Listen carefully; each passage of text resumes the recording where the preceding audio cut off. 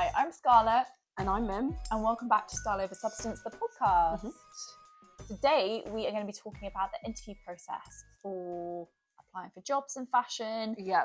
We've already talked to you guys about the reasons we both left fashion. So if you haven't watched those episodes, definitely have a look at those.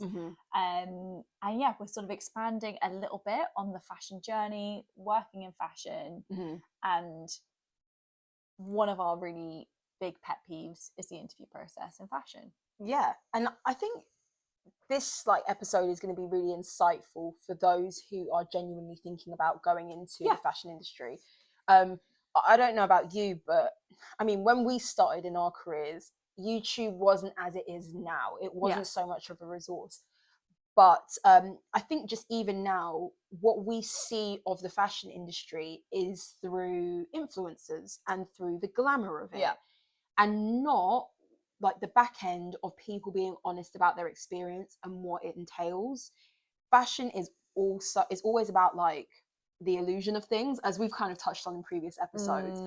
So it's easy to make assumptions about what it would be like interviewing, getting the job, the pay, all of that. So hopefully it's really helpful for everyone. Yeah, and I guess we're also taking it from a few different stances. So my stance has been from design base, whereas you have had sort of a somewhat merchandising and buyer experience also. Yeah, exactly. Yeah. And the first thing which you mentioned earlier to me is that just because you're doing a fashion interview doesn't mean you're meant to dress fashionably. Yeah. The thing is, that's the thing, you assume, okay, I want to show my cool. fashion, I want to show my flair, I want to show my style. No one cares. But can you do the job? Really? But it's also a professional environment. But also, I have also had it on the flip side where you kind of come smart and it's a super casual office. Well, that's the thing. I think you have to treat it like a smart interview, and then once you're in the job, you can decide to dress down. Because likewise with you, where I worked last, my director was wearing hoodies, and I was like, New Balances, and I was like, our head of design used to come in her pajamas. That's disgusting. I bet they were clean, but that's not. They might not have been. She might have just rolled out of bed, but she came super when you're like, I'm gonna work in fashion, and then it's and that's how we all dress. Everyone was super casual. Yeah. But even so, I don't think you really need to portray personality through your dress sense when you interview. Correct. Yeah. Just wear a shirt and wear trousers. But then, having said that, this was a while ago, so I don't know what it's like now, because it's a different generation coming. We're not that old. It's a different generation coming up through the entry level ranks now. Yeah, and the business world is ever evolving. Yeah, sure. Yeah. So I think I remember dressing in smart trousers, a shirt, maybe loafers or something, and then that was and that was my experience. But let's talk about the number of interviews. So for different scales and different levels, entry level for me, intern, I had one interview, and then any level above that, I had at least two. It's weird, because to me, one interview feels like not enough to know the person. It's a free job. It's a free job. That's true. It's a free job. They made me bring my portfolio. They really made it feel so who are you interested in fashion? Do you know how to pattern cut? Let me see your portfolio. You can sketch. Yes. Okay. I was getting people lunches. Yeah. I was running across town and picking up fabric rolls. I did actually help with pattern cutting and all of that stuff, but I mean, it was a free job. I think that's an enough. internship is you're meant to be teaching someone something, so it felt like a heavy interview considering what my role involved. Did you have to prepare anything for Not that? for that interview, no. Okay, and then your next job thereafter, you had two. Two is quite standard for most jobs. I think two is quite standard for most jobs, because also having now been on the other side where I help with recruitment in the role that I'm currently in. Yeah. Shock. I don't do anything to do with fashion. Yeah. You also need it for other people to meet the person. So it's, you realize actually, okay, we need it so that so and so meets you, and also like we want to. And I'm a big believer also that the interview process is a two-way street. Oh, 100%. Like I need to know how weird you guys are too. I need to know like what you're offering me too. My favorite question to ask is like, what is it that you enjoy about working here?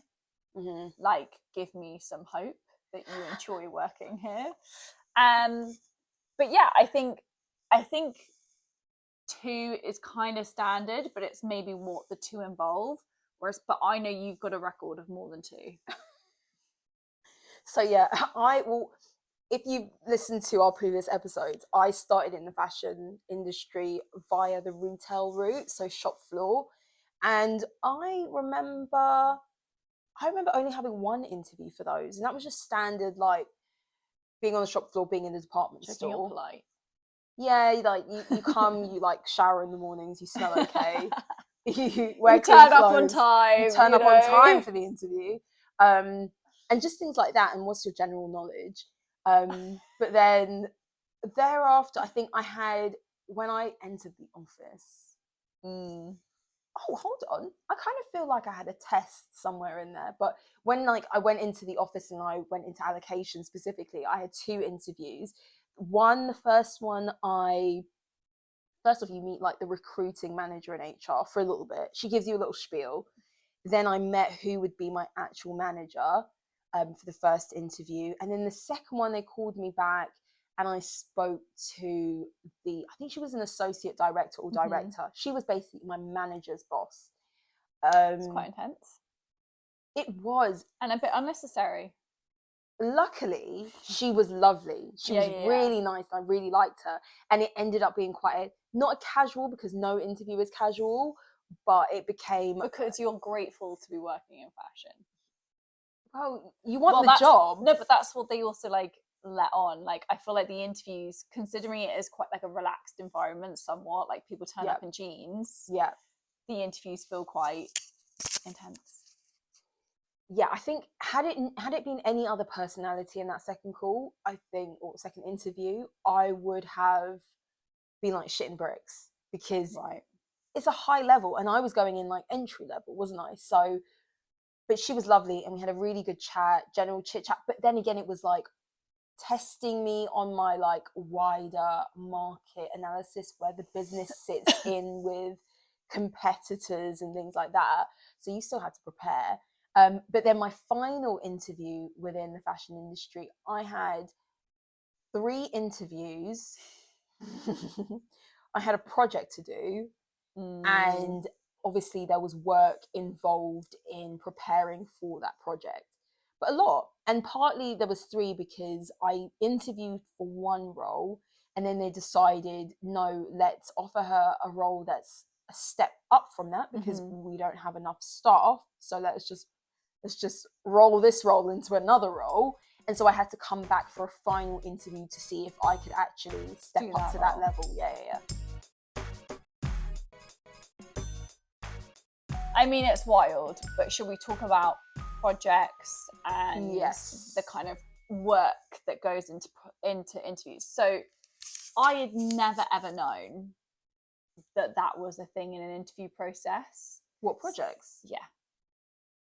Because you went to uni, so didn't anyone prepare you to say you will have a portfolio? No. I had a portfolio, and that I thought my portfolio was the thing. I didn't know that I would have to then do a project on top of my portfolio. I thought that was the point of my portfolio.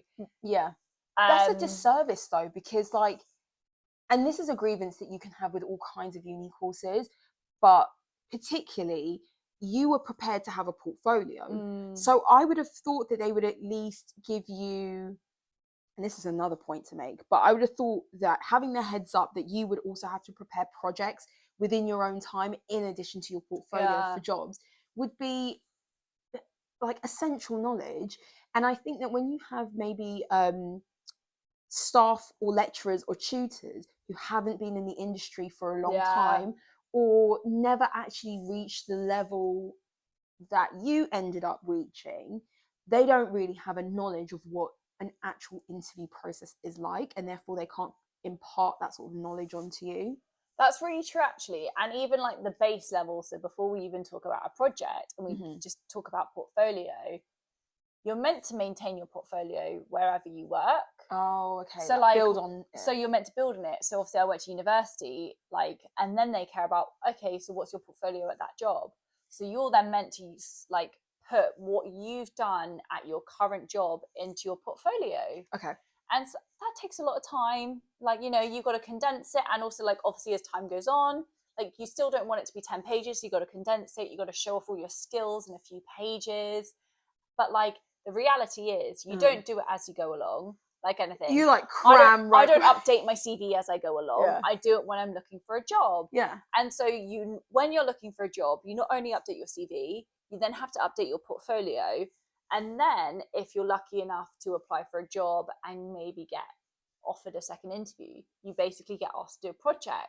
So, for example, you had to update your portfolio. And to me, when I hear that, I think that in itself is a lot of work, because you are not having to just like look back on all the work that you've done, but you need the resources to recreate that sort of project that you've done and then put into your portfolio. It's a case of like, okay, I've now got to go onto the company systems, retransfer myself all It's these like files, clandestine, which like is also kind of like somewhat frowned upon, even though like you've worked on it and it's a known fact you need a portfolio. But I'm like retransferring myself all these files. 100%. It's like when it's like when you're in the office and you print off personal things. Like, yeah. I need a oh form my god! For like, and then you're like straight away at the printer, like no one can see that like, I printed off my flight details. Yeah. Can anyone see I've printed off this? You know, like completely non-work related thing. That's bad enough, but So it also feels a little bit criminal, and obviously it's not nice applying for a job in a current job. But when you say that, I'm thinking that yes, you did the work on that project, but the design and the intellectual property, because you did it working for them, it's using their resources, it's not yours. Yeah.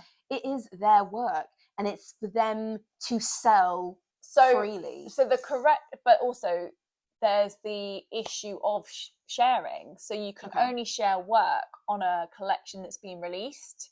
So also it's really tricky where, say, like you're working on a really big collection or certain things you want to show off, but like, oh, that collection hasn't been revealed to the public yet. Yes. So I physically can't show you. But have you though in the past? No, I actually haven't. Okay. Like, because like I've always really cared where I've worked. Like, and it is really risky, isn't it? You don't want that.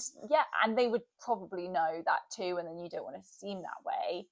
Yeah. But God, like, so yeah, you've got to prepare stuff from your current job. Then you've got to prepare a project for the new place in your spare time, when you're working long hours, when you've already used all your creativity in your day-to-day job. Mm-hmm. You've got to be designing for another brand. And also every brand has a different aesthetic. Yeah, of course. So you've got your head into a different headspace, into a different like kind of vibe. Mm-hmm. And maybe I'm just not a natural designer to do that. I don't know, but that felt quite taxing. Of course. Yeah, it just felt really a lot. And so then to like go somewhere and you basically just give somewhere your ideas for free. We'll get into that. Yeah. Sorry, I've got a tickle because we're talking. Yeah, it's a lot of work. It's really a lot of work. So what sort of projects had you been asked to do in the past? So I've only really experienced this twice. One was a capsule collection. So that's not too many. Maybe it was like 5 to 7 new styles. That's a lot. Yeah. But that included accessories, so that'd be key rings or small leather goods. Okay. And then, obviously thinking about a colorway and that kind of thing. And that was the collection where they asked for physical mock-ups of them too. I think actually, I don't know if they set me a project immediately with that one. I think I might have had to come to the first one with a project. They might have given me some feedback and asked for mock-ups the next time. I can't remember now. And so then like you get your hopes up, right? They've seen your designs, they've asked for a bit more, and then they ask for more. Mm-hmm. And then the other one was designing a collection And they maybe will give you a theme. I know I chose like an Art Deco theme, which is like really up my street, and I'd already done loads of research on that. But it wasn't only how to apply it to accessories, it was like how it could be applied to other things. So like shoes, whatever. I've never drawn a shoe in my life. And so like, and luckily at the time I had been made redundant from my previous fashion job. Okay. And I was trying to get back into fashion, and I was temping at some like pathetic office job, and I didn't have any work to do, so I could do it in that time. And so it meant I could do a really epic project. Yeah. But had I not had that time, maybe I wouldn't have landed the job. Yeah, because you mentioned to me previously that luckily your temping job was. I mean, I was absolutely doing them over. Yeah. Yeah, like you were able to like use their time and resources to like dedicate fully to applying to this other role. In a normal circumstance, you would have had to do it evenings and weekends. And they give you a short turnaround. It might be like 2 weeks, like a turnaround, because also they're trying to hire, right? So they don't have exactly unlimited time. Yeah, they want to bring someone in as soon as possible. So you're having to like work on their time scale to make that happen. Yeah, and then when we like step back a bit and we consider the context of it, how much they're paying you for those roles, mid-20s, I'm guessing, for 2 interviews, a project, possible mock-up. Let's think of a freelance rate, a freelance hourly rate. Freelance rate was better than what you would get paid. But even if it's £10 an hour, it's like I've just spent all this free time on you to get a job, like you said, that's not even really paying that well. Yeah. It's not like, oh, I'll reap the rewards once I get my job. Yeah, because like you have to remember that when you're in the interview also, you are also being asked questions that you've had to prepare for. So they're going to ask you off the cuff questions. And that could be based on your experience or what you can bring to the role moving forward, typical interview sort of questions. And that's insane when you think about the hours that you spent, what you would have been paid at a typical job or your temping job for those hours.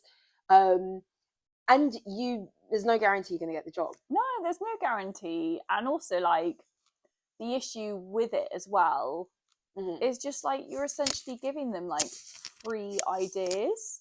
And that's not just for design, right? So you've had to prepare like business ideas maybe for people, or you've had to do stuff.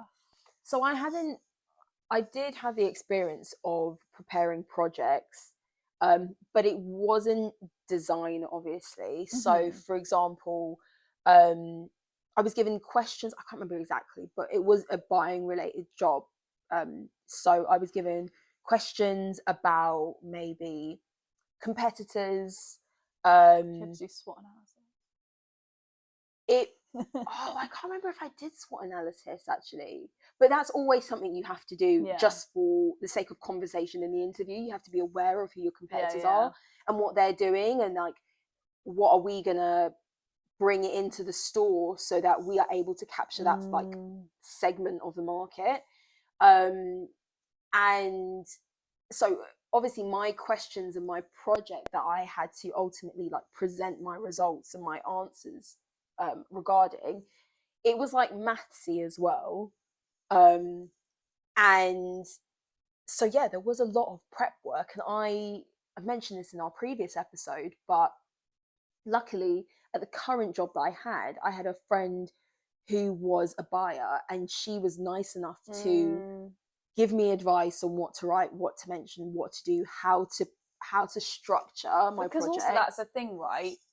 You were then trying to go from essentially merchandising into buying, and into like an entry-ish buying job. How are you meant to know it? If you've never experienced buying before. People don't. I did not come from uni or but uni didn't even prepare me, and I think this is a big thing that we've talked about so much in our personal lives, is like the uni and schooling needs to prepare you better for jobs, not education, jobs, but like how, like, there's no way of you knowing, and it feels really pressurized if someone's telling you like, what are our competitors doing, it's like, whoa, I'm 20.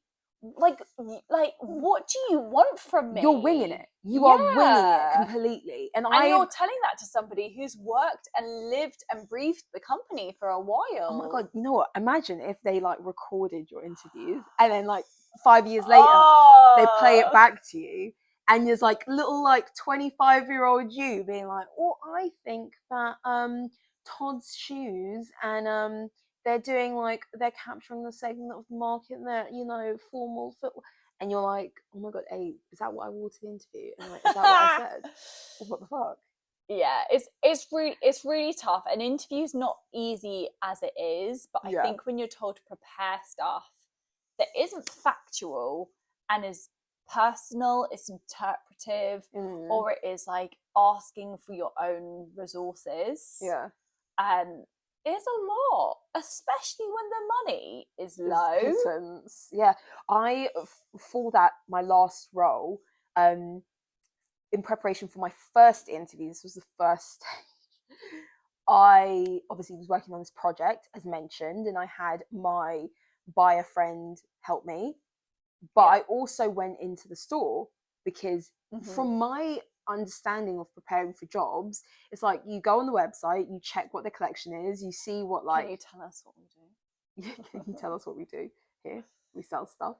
And I came from retail. Yes, I'd been working an allocation job, but previous to that, I came from retail and knowing... I mean, even in my allocation job, we used to do trips to the flagship store. I mean, it was only around the corner, but going inside to the flagship store to see how visual merchandiser had styled things, how it was presented, the position consumer experience, but also if you have a collection at the front of the store or in an area of high traffic, that is going to affect sales. So I thought to myself, I'm going to go into the store. It was in Sloane Square, and see what the customer experience is like, how things are laid out, what the current collection is. And I managed to like spend some time with one of the sales associates and get like a real lowdown. Yeah. I told her I was interviewing and she was really helpful. And to get that experience. And that was like me after work. That's your own time. Yeah, after work, spent like 2 hours, probably more than that, like going into the store, being there for an hour, going home, prepping for the stuff. And bearing in mind, you've mentioned this a lot, at the time, I really wanted this job. So I was going to do anything to get this job. And so for me, it was like a good trade-off. The potential of getting this job was worth the time and the effort. Yeah, and it ended poorly for me. This is the tough thing of sitting out of it. Like, then you're suddenly like, why was I slogging my guts out like a job? But remember, as you were saying, it's like, it's fashion. Everyone wants this job. Everyone wants to be a buyer at like one of the world's best menswear brands. And also like the game as well, it would be like, I would be being told like, oh, you know,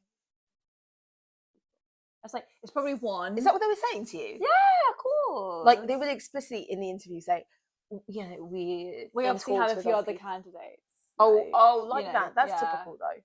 I would ask. I know, I asked that question. It's so terrifying. I think I feel a little bit more empowered now. But when you're sort of, and I think it's so personal, right? Presenting designs. You're sort of there like, tell me what you think.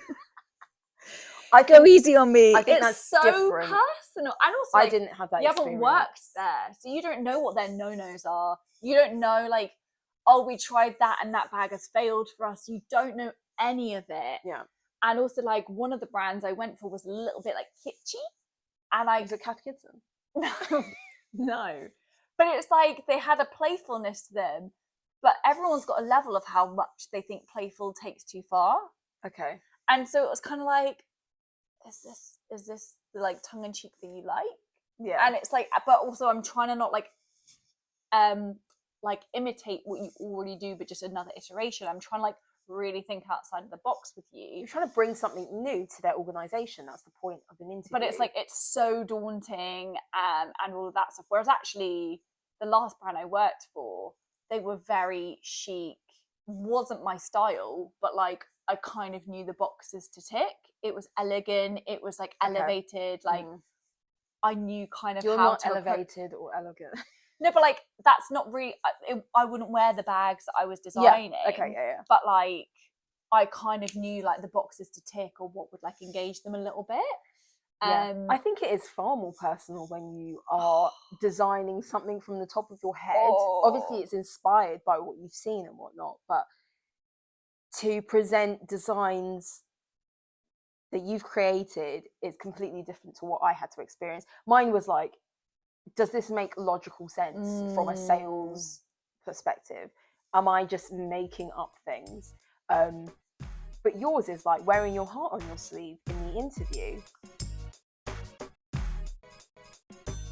Yeah, and it's not easy, but also, so like we touched on it or like implied it a little bit earlier, but the issue also is with then intellectual property with these designs. Yes. And similarly with work, if you provided SWOT analysis or you provided some business plans for people, they can take your work and they can use that. If you had a really good idea for how they can kind of like reinvent stuff or bring something into the store. Yeah.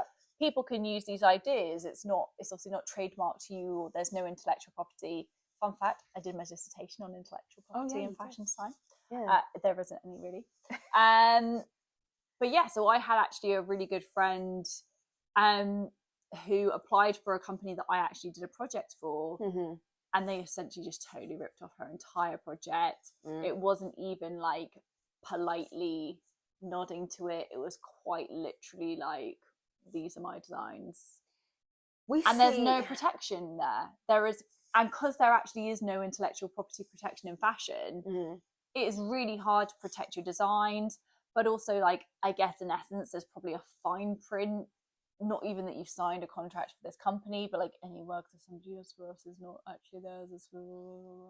But the thing is like, little old you who earns 25k, let's say, who wants this job, there is no way that you can come up against an internationally known fashion brand that has a couple lawyers on their roster, you know, retained throughout the year. And also, you're only earning 25 grand, right? So if they just went, we'll pay you 500 pounds. I mean, not 500. They said, we'll give you £1,000 for your design. You shut up. Like, you're going to take that, maybe. There's a lot of people they also don't even need to do that. They can just, they're intimidating enough to not. It's very easy to be silenced or bullied or just feel like, were you silent or were you silent? That should be our new slogan. Oh my god, I love it. It's true. You're going to think to yourself, I don't have the intellectual knowledge to understand my rights, to know where to apply, to afford to be able to get a lawyer who can fight my case that, like, I interviewed for you guys, this is what I showed at the time of my interview, and then you've gone on to directly rip me off. There's a lot, and when we see stories like this come on social media, and we've seen a lot of them in the past few years, of people who have interviewed for fashion brands and they've been ripped off, their designs have been taken, and they've not even been offered any job, and they don't receive any compensation or anything like that. You see in the comment sections of like, oh, you know, you should fight this and blah blah blah blah blah. And yes, 100% I believe that you should get what is due and owed to you, and these these conglomerate multi-million billion pound companies shouldn't get away with it. But at the same time, you're a regular person with regular money and life goes on. You're like, well, and also, if you actually still want to remain in fashion, it's a really small industry. Do you want to be the girl that sued Kath Kitson? Like, do you want to be the girl that sues Dior, but you want a job at Chanel, and Chanel are going to hear about it? Like, it becomes really tricky. But yeah, and also, like, again, similar to just a lot of the qualms and issues I have with fashion, is it's just generally accepted. Like interning, free labor, the culture, the attitude, the low pay, the long hours, all of that crap is generally accepted by people. Until you dig a bit deeper and you go, and people be like, yeah, I don't really like it, but everyone accepts it, and this is just a part of fashion. It's just how it is. Doesn't mean it's okay, really doesn't mean it's okay, but I don't see anytime soon how the issue of retaining your intellectual property in an interview process can really be enforced or defended. I don't see how those things will improve over time, if I'm honest, because even these big brands are ripping off other big brands. This is the thing, and this is why I wrote my dissertation on it, because you quite literally will see brands copy stuff. I mean, there was an issue that I put in my dissertation where YSL did a theme of all over colour shoes. So quite literally, if it was a yellow shoe, the sole was yellow, the outie was yellow. Oh, okay.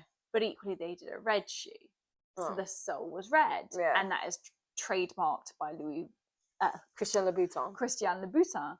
But a trademark is like it's a really fine-tuned thing. It's also like the aesthetic, it's that kind of a thing. But also, I got to the bones of the fact that like Christian Louboutin's red sole he's not the first person who did a red sole. It was actually something that happened in Louis the Sun King's time in the French Revolution. Oh, okay. So like some of the French royalty had red soled shoes. Okay. And so is that Christian Louboutin ripping off somebody else? I'm sure that's probably not the first we actually have heard of a red sole, but it's been the first documented thing of a red sole. Whoever gets to pay for the it's trademark an idea first. And this is the issue with fashion, is that like who gets you can't trademark or you can't have intellectual property on a t-shirt. Like it's too generic. There's only so many things you could that can exist. So like, and a color is, you can't trademark essentially a color because there's only so many colors that exist. So placement and whatever you can a bit. But we might need an episode about like Pantone, because I want to understand their whole business model and how they've become some sort of like tastemaker. How is that a thing? I don't even Colour know. Of the year. But it's really, really tricky. So like, I can imagine turning up to an interview process and me going like, here's my CV, but also please sign this. And actually like, good for fucking you if you do that. I'd like feel really empowered maybe to do that now and be like, sorry, this is just a document to say like you've seen my designs, but you won't use them. Yes, and I would be interested to know and how their reaction would probably not go down great. No, not at your level, but I mean, I would like influencer stuff, it'd be like Tommy Fury not signing the document from Jake Paul. I'd be interested to see what the interview process is like for someone who's coming in at creative director level.